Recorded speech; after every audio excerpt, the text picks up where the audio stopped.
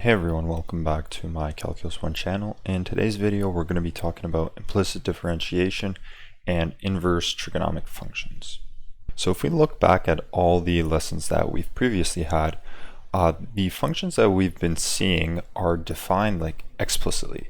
So what I mean by this is we will always have like a y variable and that equals to like 2x cubed or something. But as we can see, this y variable is isolated by itself on the left. Obviously, sometimes we say, okay, f of x is equal to whatever, but the point is that this variable on the left is clearly defined and it's by itself. It's isolated. There's no like power, there's nothing in front of it.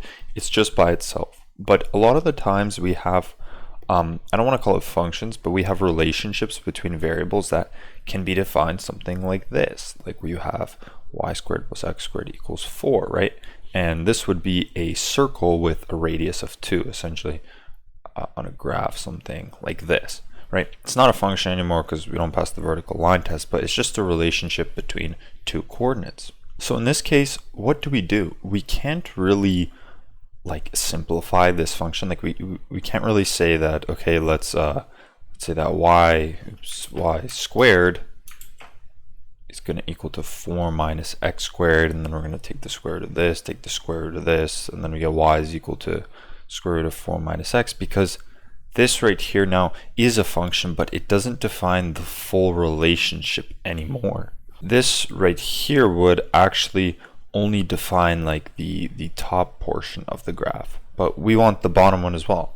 So how do we deal with finding derivatives of functions like such?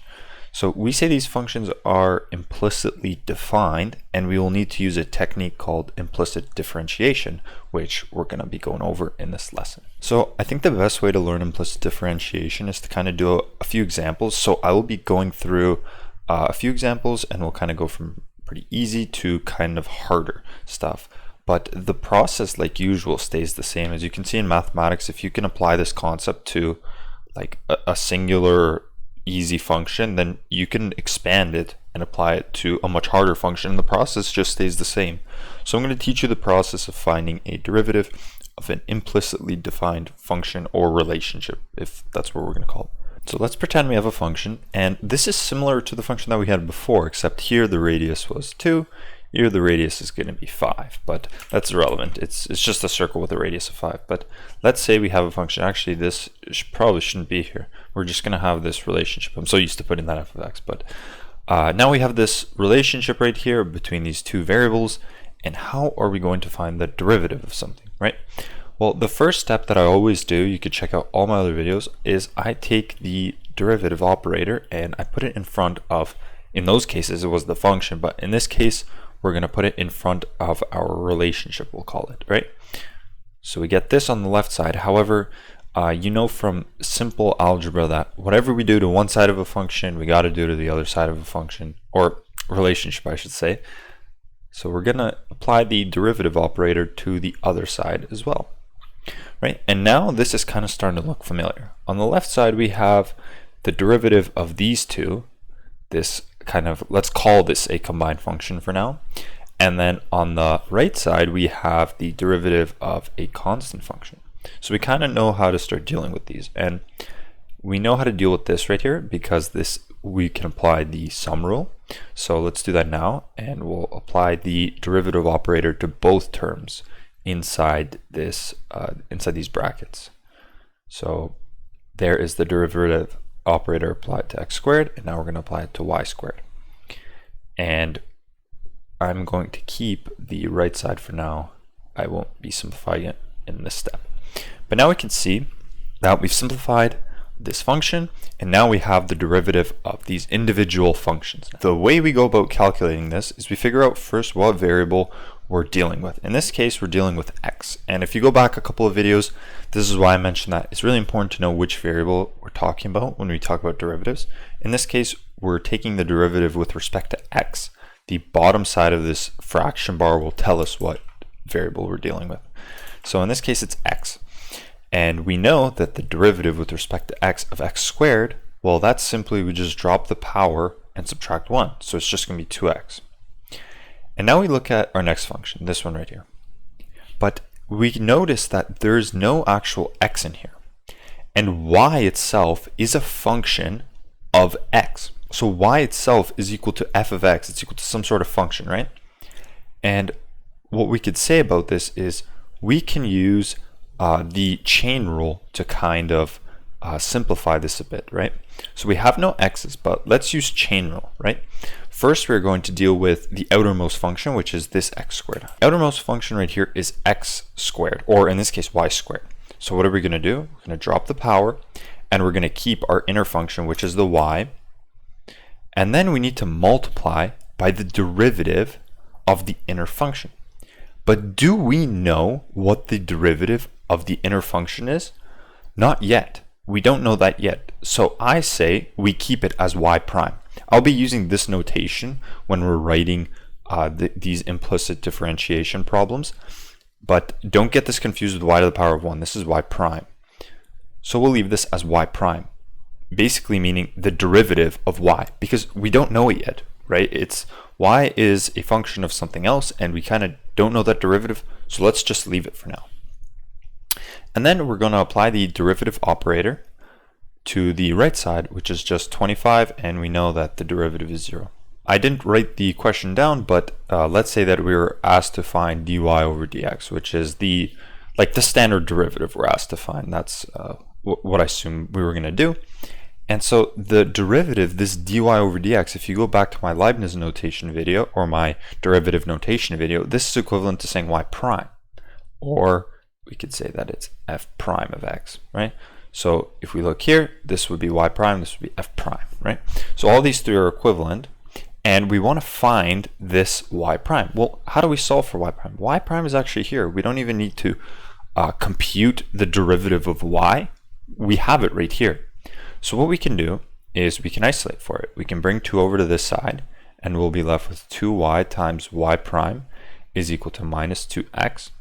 And now to isolate for y prime, we're just going to divide by 2y, and we're going to divide by 2y. And this is going to leave us with y prime is equal to minus 2x over 2y. And we can simplify this to say it's equal to minus x over y. So there we go. We have computed the derivative of this function with respect to x. This is it. And if now we're asked to find, let's say, the equation of a tangent, or let's say the slope of a tangent at point 4, 3, well, we don't really need to do anything special. This is the x coordinate, this is the y coordinate. We can simply plug them in. The x would go to the top and the y would go to the bottom, and we can just see that the derivative at this point right here would be equal to minus 4 over 3. So it's fairly simple. So now for this example, let's say that we have this problem and we're asked to find dy over dx or y prime of this relationship. The steps remain the same. We're going to apply the derivative operator to both sides of this relationship, and we're slowly going to evaluate the derivatives by breaking them apart. So as we can see here, we can use sum rule. Here we can factor out this constant multiple. So I'm going to go ahead and do that right now. So there you go. We've broken up the derivatives, and now we can start finding them individually. So this right here is the derivative of this function with respect to x of x to the power of 3. And we know how to find this derivative. It's pretty simple. It's just going to be 3x squared. We're going to drop the power and subtract 1. So now we move on to the next derivative. And here, y is a function. So y is equal to f of x. It's a function of something. And as we could see, that this whole expression right here is a composition of two functions. What it is y cubed. So that's like saying f of x cubed. So we see that we have this one function composed with this cubic function as well. So what we need to do is we need to use the chain rule.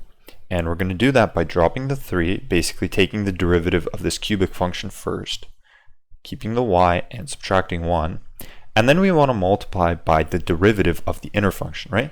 The inner function is f of x, but we don't really know what the derivative is of that. So we're just going to leave it at y prime.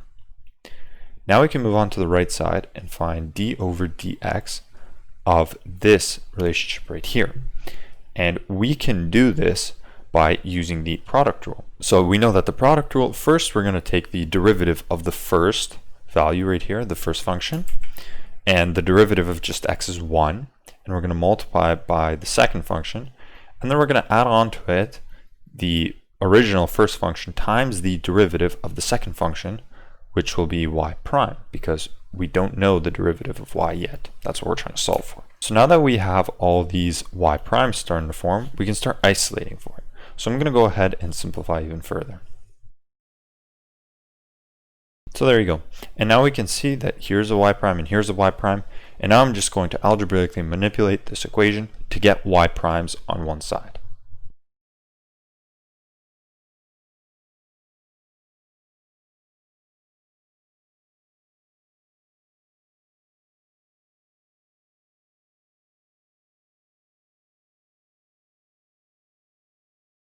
So there we go. We have completely solved for what y prime will be, and this is the derivative of this implicitly defined relationship or function, whatever we want to call it right here. Finally, we move on to a little bit of a trickier example where we're going to be using a multitude of things that we have learned from previous videos, but again, the process stays the same. We can see that this function is implicitly defined, so we are going to use implicit differentiation to find dy over dx. And the way we do that, again, we start by applying the derivative operator to both sides of this equation. So now that we've applied this derivative operator, we can see that there's not much to simplify anymore. We don't have a sum rule here, and this right here is a product rule. This actually, on the left side right here, this is actually the composition of a few functions. So we're going to need to use chain rule to solve that. The way we use chain rule to solve that, again, is we take the derivative of the outer function, which will be cosine. We're going to leave the inner function the way it is, and then we're going to multiply by the derivative of this inner function. And the derivative of this inner function, as you could see, is the sum of two terms. So I'm actually not going to skip a step, and I'm going to show you the process, right? So we're going to multiply by the derivative of x plus y. And actually here on this side, we'll keep this derivative because we'll touch up on it later. Now let's evaluate this derivative right here. And this is a sum rule. So first we're going to evaluate the derivative of x, and then we're going to evaluate the derivative of y. So again, we're going to keep this cos x plus y. We're going to multiply it by the derivative of x with respect to x is 1. And then it's asking us for the derivative of y with respect to x. However, y is a function itself, and we don't know the derivative of it with respect to x, so we just leave it as y prime. Now on the right side, we can see that this right here is going to be a product rule. So again, the way we do this is by taking first the derivative of the first function.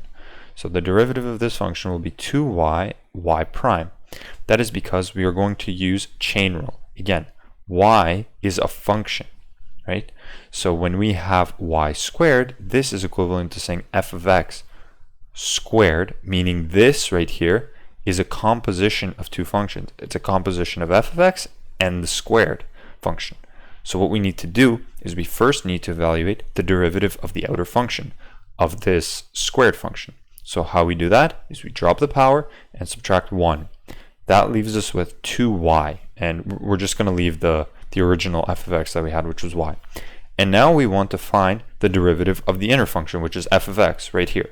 But we don't know the derivative of this, so we leave it as y prime.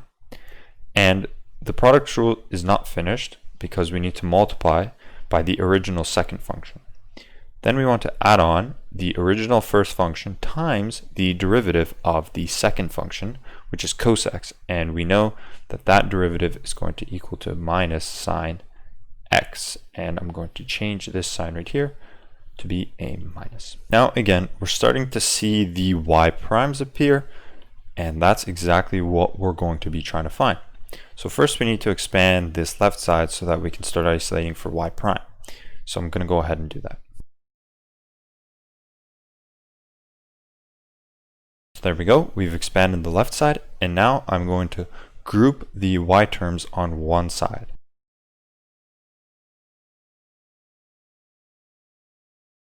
There we go. Now I'm going to factor out y prime.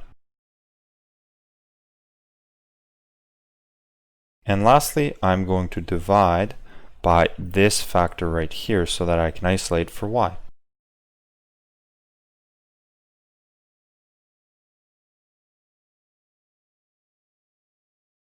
So there we go. We have successfully found what y prime is, and this right here will be the derivative of this relationship that we started off with right here. So yeah, it's nothing really changes. All we do is we apply the derivative operator, and then we slowly break it down. And from there, we kind of group for y prime and solve for what y prime is. So lastly, I want to talk about the derivatives of inverse trigonometric functions. And again, like the trigonometric functions video, there's not much to them. Like most people just end up memorizing these. So I'm going to list them, and you can see how they're going to apply. Like they apply the same way as a regular trigonometric function would, except these are for the inverses. So I'm just going to list them. There's not much to talk about with them. Just if you see a derivative of one of these functions, then you can just substitute it for whatever it equals, and I'm going to give that to you here. So there they are. There are the derivatives of these inverse trigonometric functions. Just memorize them. I mean, they don't pop up really all that often, but if they do, you just kind of refer back to these, and yeah, there's not much to talk about with them. So that concludes my video for implicit differentiation and inverse trigonometric functions. Hopefully you enjoyed it. If the video has helped you out at all, please like and comment as to what it helped you out with. As usual, if you are new to the channel, please like, comment, and subscribe. It's greatly appreciated. And yeah, I will see you guys in another video.